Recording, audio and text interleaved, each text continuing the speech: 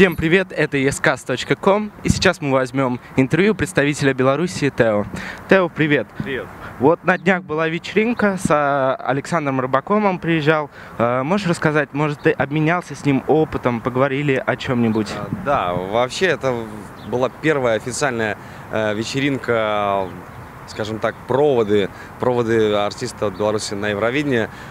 Приехал поддержать меня Александр Рыбак, приехал поддержать Руслана Лихно. Пришли все артисты белорусской эстрады. Просто я был удивлен, потому что действительно, были все. И было так приятно, желали удачи, вот эти положительные эмоции, которые они дарили, то есть я ими заряжался. Естественно, с Сашей пообщался с Русланом, хотя я уже до этого еще с ним общался, и с многими другими представителями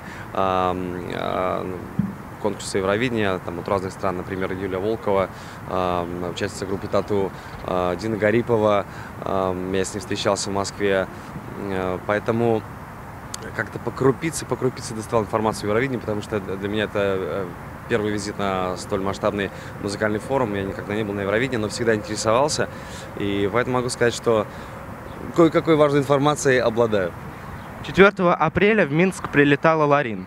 И мы знаем, что ты записал кавер на песню «Эйфория». И не знаешь, какие эмоции, может, Ларин что-то говорила про... Знаю о ее эмоциях. К сожалению, конечно, нам не удалось увидеться, потому что как раз я улетал в Амстердам на Eurovision Concert, а Ларин прилетала в Минск.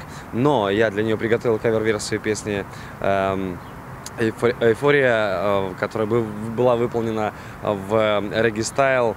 И, естественно, уже эту аудиозапись с видеорядом предложили ей посмотреть еще прямо во время прилета, когда ее встречали фанаты с цветами. И я посмотрел этот видеоролик, ее встречу, и то, как она осматривала и слушала этот кавер-вариант, ей очень понравилось. Она передала мне привет, огромное спасибо. Но я думаю, что, конечно, у нас получилась бы интересная беседа, если бы мы встретились. Но в это время я уже улетел в Амстердам. Причем, кстати, крутая поездка. Я очень рад, что побывал в Амстердаме и побывал вот конкретно на припате Евровидения, Eurovision Concert. Было очень много прессы, приехало около 25 стран. И могу сказать, что теперь я уже знаком практически со всеми участниками лично.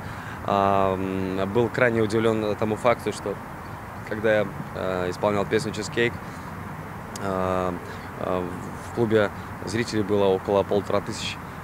И они пели «Cheesecake» наизусть. Поэтому я рискнул спеть на бис-припев, и могу сказать, что они пели, да. И, конечно, раздавать автографы в Амстердаме, это приятно.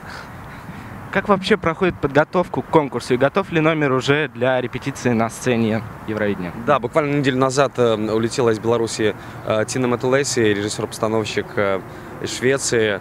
У нас уже есть концепция номера, есть определенные фишки.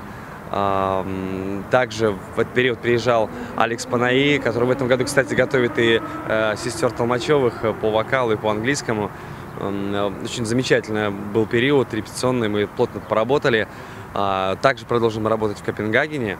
Я надеюсь, что наше выступление и наш номер будет запоминающимся и ярким.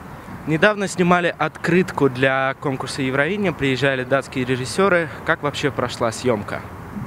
Эта съемка длилась практически весь день. Естественно, квинтэссенция всех открыток – это флаг страны. В данной ситуации режиссеры решили подойти со стороны хоккея. Не мудрено, потому что в этом году в Минске, в Беларуси, пройдет чемпионат мира по хоккею.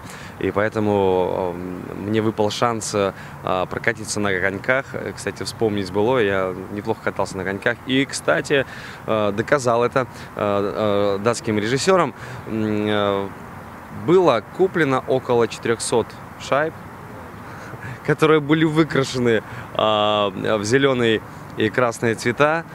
И по итогу, в общем-то, я расскажу, наверное, такую более интригующую часть этой открытки.